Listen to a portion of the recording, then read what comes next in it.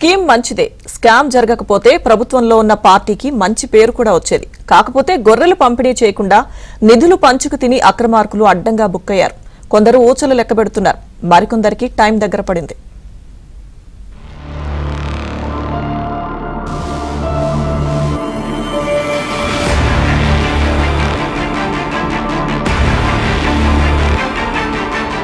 తెలంగాణ ఆవిర్భవించిన తర్వాత 2014లో బీఆర్ఎస్ ప్రభుత్వం ఏర్పాటైంది.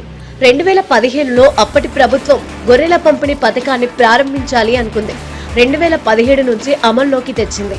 ఈ పథకం కింద రాష్ట్ర వ్యాప్తంగా వేలాది మంది ప్రజలకు సుమారు 5,500 కోట్ల రూపాయల విలువైన గొర్రెలను పంపిణీ చేసినట్లు అధికారిక గణాంకాలు చెబుతున్నాయి.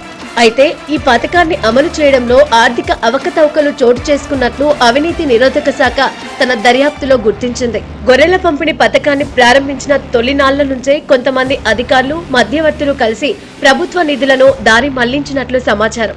అసలు లబ్ధిదారులకు నిధులు అందకుండా బినామీ ఖాతాల్లోకి చేరినట్లు ఆధారాలు లభించాయి. కొంతమంది విక్రేతలకు డబ్బులు చెల్లించినట్లు రికార్డుల్లో చూపించి ఆ మొత్తాన్ని అంతా కలిసి వాటాలు పంచుకున్నట్లు ఏసీబీ దర్యాప్తులో తేలింది. ఈ వ్యవహారంలో అప్పటి పశుసంవర్ధక శాఖ మంత్రి తలసాని శ్రీనివాస్ యాదవ్ హస్తముందనే ఆరోపణలు జోరుగా వినిపిస్తున్నాయి.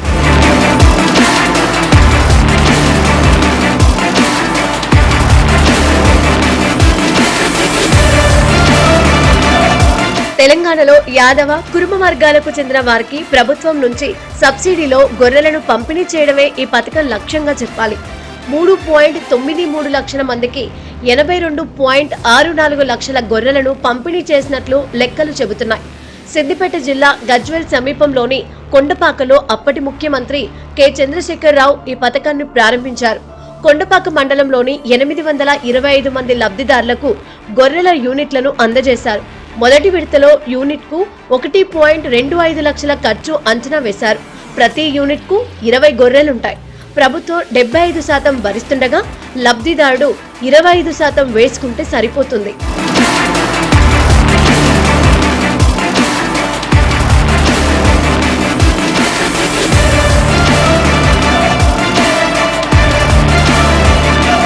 గొల్ల, కురుమ వర్గాల వారు తమ సాంప్రదాయ వృత్తులలో సాధికారత సాధించడం ద్వారా గ్రామీణ ఆర్థిక వ్యవస్థ బలోపేతమవుతుందన్న ఉద్దేశంతో ఈ పథకాన్ని ప్రారంభించారు. తెలంగాణ రాష్ట్ర గొర్రెలు, మేకల అభివృద్ధి సహకార సమాఖ్య ఆధ్వర్యంలో ఈ పథకం అమలుకు వచ్చింది. రాష్ట్రంలో గొర్రెల నికర సంఖ్యను పెంచడానికి ఇతర రాష్ట్రాల నుండి గొర్రెలను కొనుగోలు చేసి తెచ్చారు. 18 ఏళ్లు దాటిన ప్రతి ఒక్కరికి ఒక యూనిట్ గొర్రెలను కేటాయించారు. గొర్రెల ఆరోగ్య పరిరక్షణకు ప్రభుత్వ ఆధ్వర్యంలోనే మొబైల్ వెటర్నరీ యూనిట్లను తెరిచారు. ఒక టోల్ ఫ్రీ నంబర్ను కూడా అందుబాటులో ఉంచారు. గొర్రెలకు 5,000, పొట్టేళ్లకు 7,000 రూపాయల బీమా సదుపాయం కూడా కల్పించారు. పశుగ్రాసం కోసం గడ్డి విత్తనాలపై ప్రభుత్వం నుంచి 75% రాయితీ ప్రకటించారు. ఇంత చక్కటి స్కీమ్ కొందరు అధికారులు, నేతల పేరాస కారణంగా నీరుగారిపోయింది.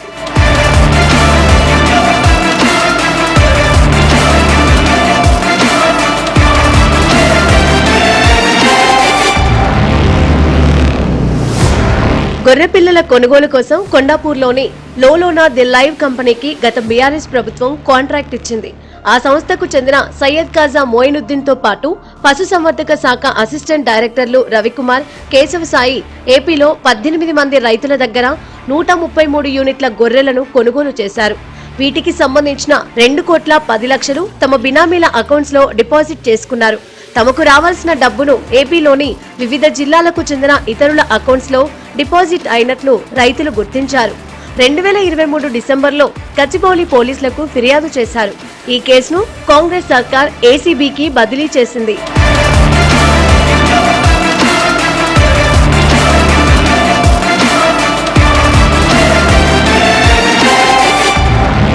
రాష్ట్ర వ్యాప్తంగా 2013లో గొర్రెల సంఖ్య 1,28,35,761 ఉండగా 2019లో వీటి సంఖ్య 48.78% పెరిగి 1,90,94,836కు చేరిందని రికార్డుల్లో ప్రస్తావించారు. కాంగ్రెస్ అధికారంలోకి వచ్చాక 2024కి సంబంధించి పశుగణన చేపట్టింది. దీని ప్రకారం రాష్ట్రంలో గొర్రెల సంఖ్య 34.99% తగ్గిపోయి 1,24,14,299కి చేరింది. మరి పంపిణీ చేసిన గొర్రెలు ఏ తొర్రలో దూరాయో అధికారులకే తెలియాలని ప్రభుత్వ వర్గాలు అంటున్నాయి. దీన్ని బట్టి ఎంత స్కామ్ జరిగిందో అర్థం చేసుకోవాలి. స్కామ్ విచారణలో ఈడీ ఎంట్రీ ఇవ్వడానికి ఒక కారణం ఉంది. విదేశీ లింకులు బయటపడటంతో లోతైన విచారణ తప్పడం లేదు.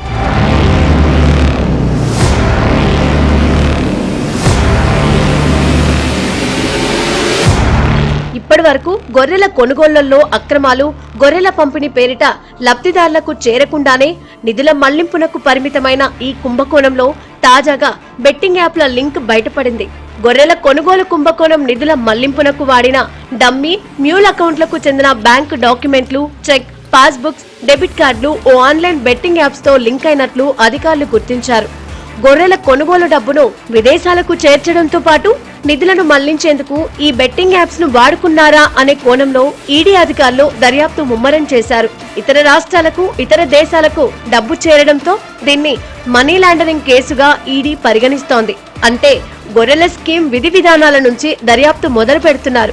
ఈ కుంభకోణానికి కారకులు ఎవరు, ఎవరెవరి పాత్ర ఉంది లాంటి వివరాలు సేకరిస్తున్నారు. తలసాని శ్రీనివాస్ యాదవ్ దాకా కేసు వెళ్తే అటు నుంచి ఎటు దారి తీస్తుందో అర్థం చేసుకోవచ్చు.